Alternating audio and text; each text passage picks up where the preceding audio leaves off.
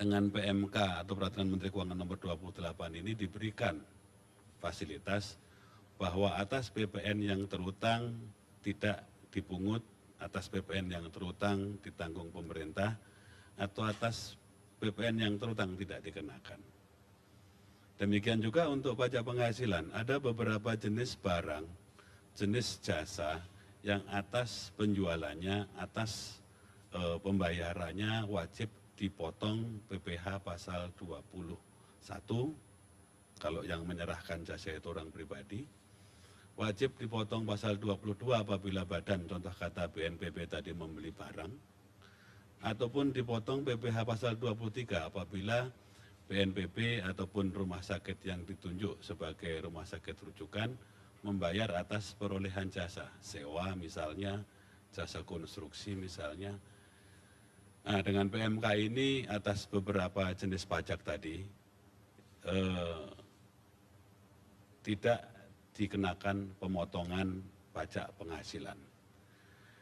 Beberapa jenis barang atau jasa mungkin kita bisa lihat bersama bahwa yang diberikan fasilitas kalau barang itu adalah obat-obatan, vaksin, peralatan laboratorium, alat pendeteksi, alat pelindung diri, alat-alat untuk keperluan pasien, dan peralatan lainnya yang diperlukan oleh siapa? Oleh BNPB atau instansi pemerintah lain, oleh rumah sakit yang menangani, yang ditunjuk sebagai rumah sakit rujukan, atau bahkan oleh pihak lain yang bukan rumah sakit, bukan BNPB, tapi ditunjuk oleh BNPB ataupun ditunjuk oleh rumah sakit untuk melakukan penanganan.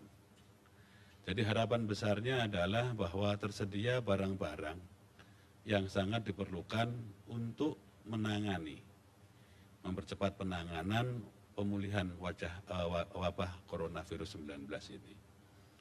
Di lain sisi kalau seandainya jasa, ada beberapa jasa yang spesifik diperlukan. Contoh kata jasa konstruksi, kalau seandainya BNPB mau membuat rumah sakit, beberapa rumah sakit kemarin sempat muncul, kemudian jasa konsultasi, jasa manajemen, jasa persewaan, dan jasa pendukung lainnya. Jadi jasa-jasa yang sangat dibutuhkan untuk kegiatan pelaksanaan penanganan wabah coronavirus 19 ini. Jadi dengan PMK ini pemerintah memberikan kemudahan fasilitasi sepanjang yang membeli adalah BNPB, rumah sakit atau pihak lain yang ditunjuk oleh BNPB terhadap jenis barang dan jasa tersebut diberikan fasilitas perpajakan. Itu adalah yang pertama. Jadi ada beberapa, mungkin saya sampaikan juga yang kedua, tapi itu adalah yang pertama. Tidak hanya barang dalam negeri, tapi termasuk pun juga barang yang dibeli dari luar negeri.